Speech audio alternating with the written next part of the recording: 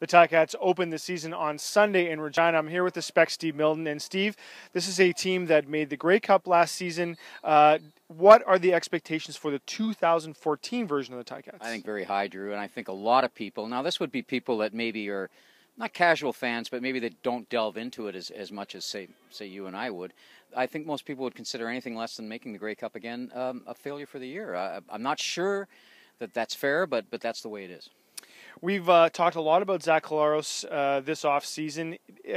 Does he have to perform at a high level for this team to be successful? Yeah, I think so. And I think almost right off the hop because of this, because of injuries to Andy Fantus, and because of the uncertainty, and I don't think there's any other word for it, on that offensive line. It's not written in stone that this is going to be a dominant offensive line. This is a line in rebuilding. They certainly looked, well, the word is awful in Toronto. So that puts a lot more pressure on the quarterback if he's not being protected. Luckily, part of the game plan is to have him run.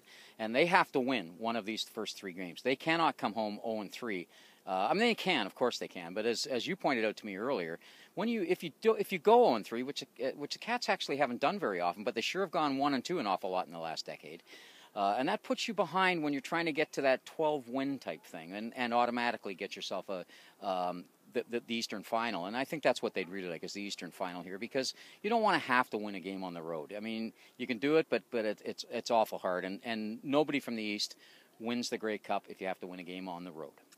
The Ticats are going back to Regina to start the season. I think there's lots of talk about the fact that you can't avenge a championship in one game. That being said, I think that there are a lot of players on this team, and perhaps the head coach as well, who would like to start the season with a win and also perhaps get a little bit of revenge for the Grey Cup. Yeah, I think so. And I think one of the things that happens here, I think that nobody ever talks about this because nobody ever wants to talk about poor me, but I just watched it on TSN the other night, the sort of recap of the Saskatchewan season. You got to be happy for the people out there.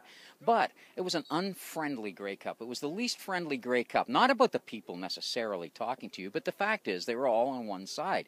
And I think that really gets to a team. It almost feels sort of unfair. And they played so poorly and had so many bad breaks. Those were all, and of course they let the bad breaks turn into touchdowns against them. That obviously there's a feeling not only of vengeance against the other team, but sort of redemption of some way for yourself. But I agree with you. That's your line, that you cannot avenge a Grey Cup in the first game of the season. It's a wonderful thing that the football has taken to do, and hockey in some ways tries to follow it now, where they have the previous finalists play the first game of the year. It's really a good way to get into the season, because you're always coming in with a team that's on a high and getting their rings and raising the banner, and always having a team that's got something to prove. So right off the top, you got a good game, probably. Make sure you check out Saturday's Spectator for a full game preview, and the Scratching Post blog for all the up-to-the-minute news from Regina. Reporting for the Hamilton Spectator with Steve Milton, I'm Drew Edwards.